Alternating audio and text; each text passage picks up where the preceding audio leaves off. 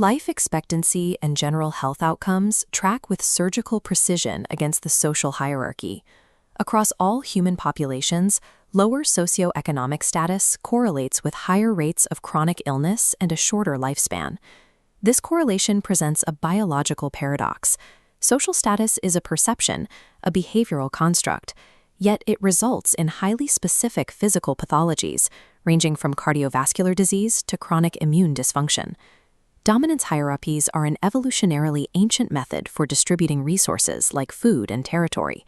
In these animal communities, social position determines the level of daily stability and individual experiences.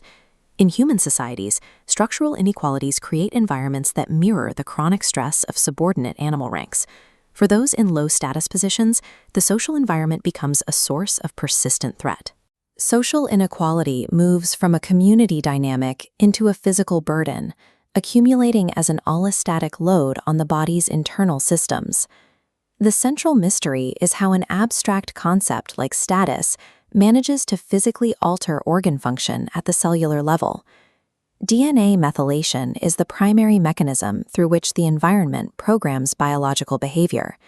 These chemical methyl marks function like volume dials for the genome.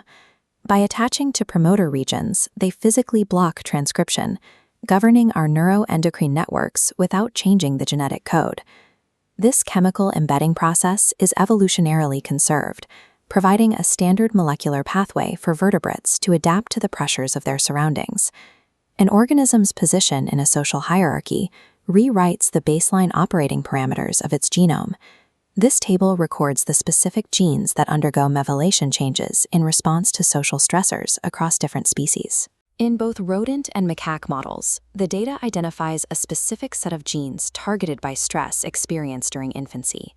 When an infant experiences social isolation or a lack of maternal care, the brain triggers a defensive molecular response to this perceived vulnerability. This response targets the NR3C1 gene, which encodes the glucocorticoid receptor. Under normal conditions, a transcription factor binds to this gene to keep the body's stress response in balance. Social trauma causes methylcytosine marks to attach to the sequence. This creates a physical barrier that prevents the transcription factor from ever reaching the gene. The transcription process stalls, and the organism grows to adulthood with critically low levels of glucocorticoid receptors in the brain. Lacking these receptors, the body's stress system loses its negative feedback loop. The organism remains flooded with cortisol, unable to dampen its physiological response. Early social trauma permanently breaks the primary stress control mechanism at the level of the DNA sequence. While early life is a window of extreme vulnerability, adult social status continues to actively edit the genome as an individual moves through the hierarchy. In experiments with rhesus macaques, unrelated adults were introduced to new groups, where their social rank was artificially determined by their time of arrival. Occupying a subordinate rank in these adult hierarchies altered the transcription of nearly 1,000 specific genes in white blood cells, driving systemic inflammation. Shifting to teleost fish models reveals how quickly these edits can occur. For cichlids, social rank determines their entire reproductive physiology. Within minutes of a contest for dominance, immediate early genes like CFOS activate within the social decision-making network, a conserved circuit in the brain. If the fish succeeds in social ascent, the GnRH1 pathway activates, triggering reproductive capability to match its dominant status. To test the necessity of these edits, researchers treated subordinate fish with zebularine, a compound that prevents new methylation and strips away existing chemical locks. Chemically blocking the methylation process prevented the fish from ever achieving dominance. They remained locked in a subordinate state, regardless of their actual behavior. Beyond recording the outcome of a social contest, the chemical state of the epigenome actively dictates an organism's future social rank. This biological framework applies directly to human epidemiology. The stressors observed in subordinate animal ranks map onto the conditions found in low socioeconomic status communities. The human datasets reveal that childhood poverty, genocidal war, and combat trauma target many of the same neuroendocrine pathways. Longitudinal studies, including the British birth cohort, show that childhood poverty induces wide-scale DNA hypomethylation, leaving a signature that persists well into adulthood.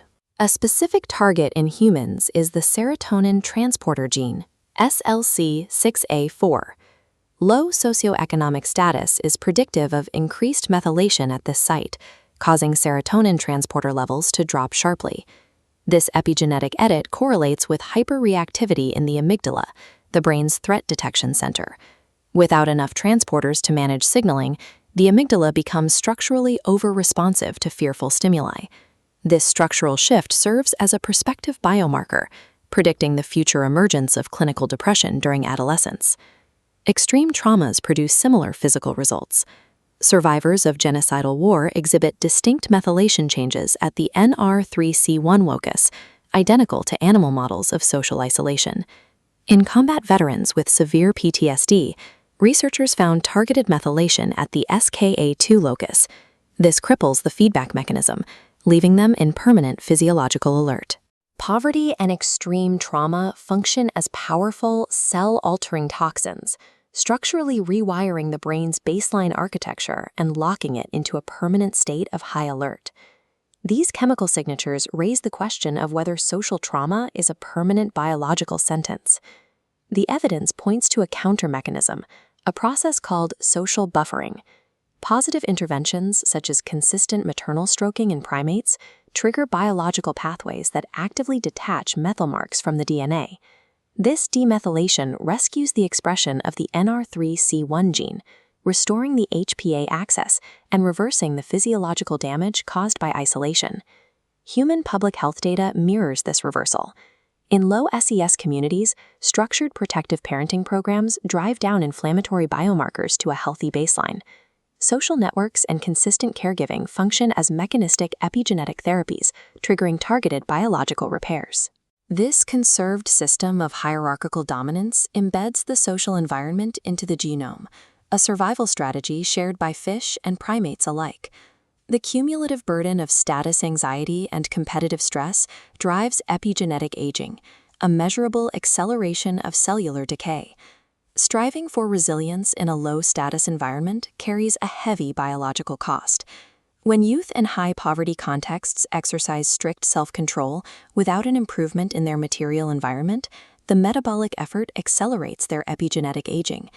Individual treatments cannot solve a gradient with external societal causes. Addressing these outcomes requires looking beyond the double helix to the vast interconnected network of society. The future of public health requires treating structural inequality and social rank as direct biological pathogens. The epigenome reveals that human biology is a continuously editable manuscript, and the society we construct is the author.